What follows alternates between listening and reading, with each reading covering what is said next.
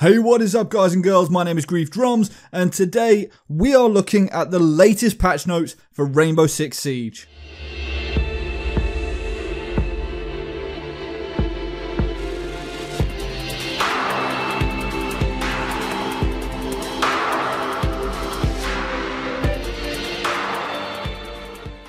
So yesterday, April 19th, the patch notes dropped for update 2.1.3.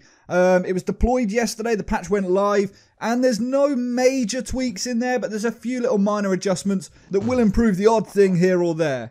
The biggest of all of these tweaks is going to be to GLAZ's scope. Now, GLAZ's scope has taken a bit of an overhaul here. It's nothing massive, but these are adjustments that are going to make it a little bit nicer to play GLAZ.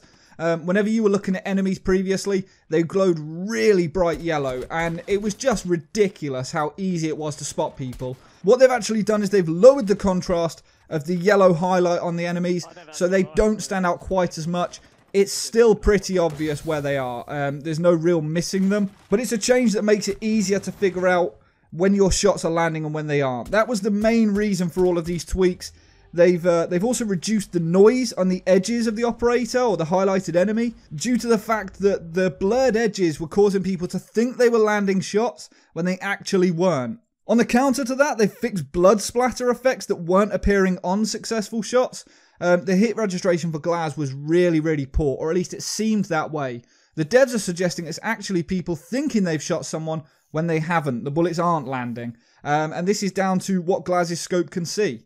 The only other thing they've changed for him as well is they've lowered the contrast of the teal tint of the lens.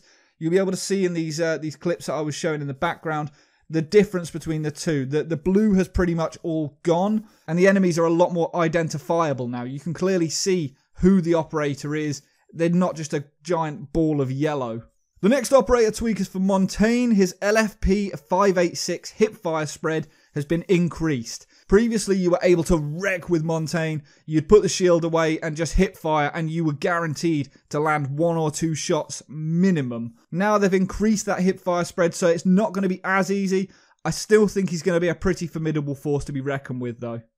Hibana's Kairos pellets, they are still not fixed. They're still going to bug out on you all the time. The devs have suggested that they are investigating the issue, and they're going to have to rebuild it from the ground up pretty much. They've tried loads of different things and it's just not working. So following all sorts of tweaks and tests, they've decided to just literally rebuild the back-end design of Hibana's gadget. It does allude to the fact that this isn't going to be easy, and they're hoping to get it done by year 2, season 2, along with a lot of other things, but I guess time will tell. The next change, and probably the biggest change for me in all honesty, is Echo's drone. Previously it was utterly crap, certainly on console. I mean, for PC it might be a little bit different, but on console you had to land those headshots, and it's very difficult to do so with the controller at times. Now his Yokai drone is going to disorient a player if it hits any body part. I mean, your friggin' toe could be hanging out, and this guy's going to disorient you. It'll certainly make him a little bit more of a viable pick on bomb, but it'll be interesting to see exactly how this plays out and whether he does get picked more, if he becomes more useful. For me, his guns are still a little bit weak, certainly his MP5, and coupled with his speed, that is a real issue for me. I think, you know, for someone with the guns that he's got, why would you have a suppressed weapon if you're not out and about roaming? So I still don't quite understand this operator. He has his uses, but he's just not in my top lineup, I've got to be honest. On top of this, there have obviously been loads of gameplay fixes as per usual. I'm not going to list all of them, but there are a few of them which are worth taking note of. So there have been fixes to things like when an entire enemy team is kicked for team killing, the winning team not gaining any points. There were things like operators being able to deploy gadgets while prone. Shield operators were able to jump in and out of ADS very quickly. If you're carrying a big heavy shield, this shouldn't be possible. It should take a little bit longer because you can't just flap it around. They've also fixed the fact that players are able to achieve full ADS accuracy without fully aiming down sights. This is something that's been extremely noticeable against those Ash and Jaeger mains. They're not fully aimed down sights, they're drop shotting, and they've got ridiculous accuracy.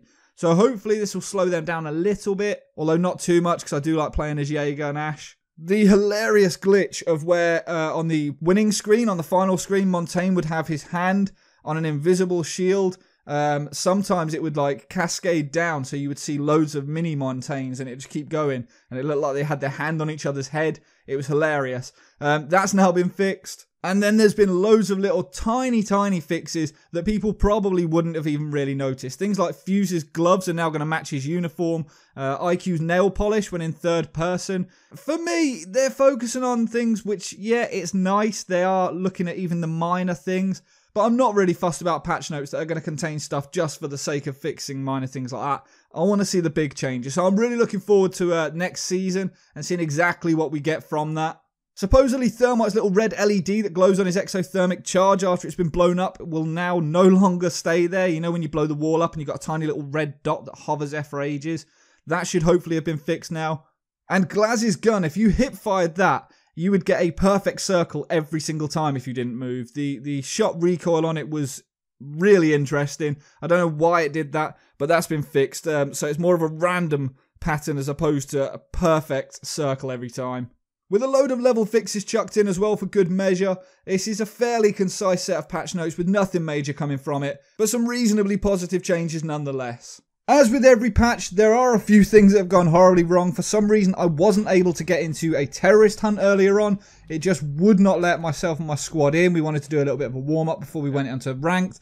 It kept bugging out on us massively. We had to soft reset our games, and even then, it just would not play terrorist hunt. One of our squad, Rob, had a problem where every single map, every time it loaded in, he could choose an operator, but all of the background was black, so he couldn't see which map we were on. He didn't get any sort of notification of timers or anything like that, so that's an interesting change. So as with most patches, it's 1 step forward, 3 steps back, but no doubt we'll see fixes to these in the coming patch, and more errors introduced. What do you guys think? Have you had a chance to try out GLAZ yet? What do you think of his new scope? Do you think it's better? Do you think it's worse? Is he still mega overpowered, or has this sorted it out? Let me know down in the comments below. Hopefully you enjoyed this video. If you did, please consider beating the shit out of that thumbs up button. If you didn't, hit the dislike button. But I'll catch you guys later. Stay reckless and relentless.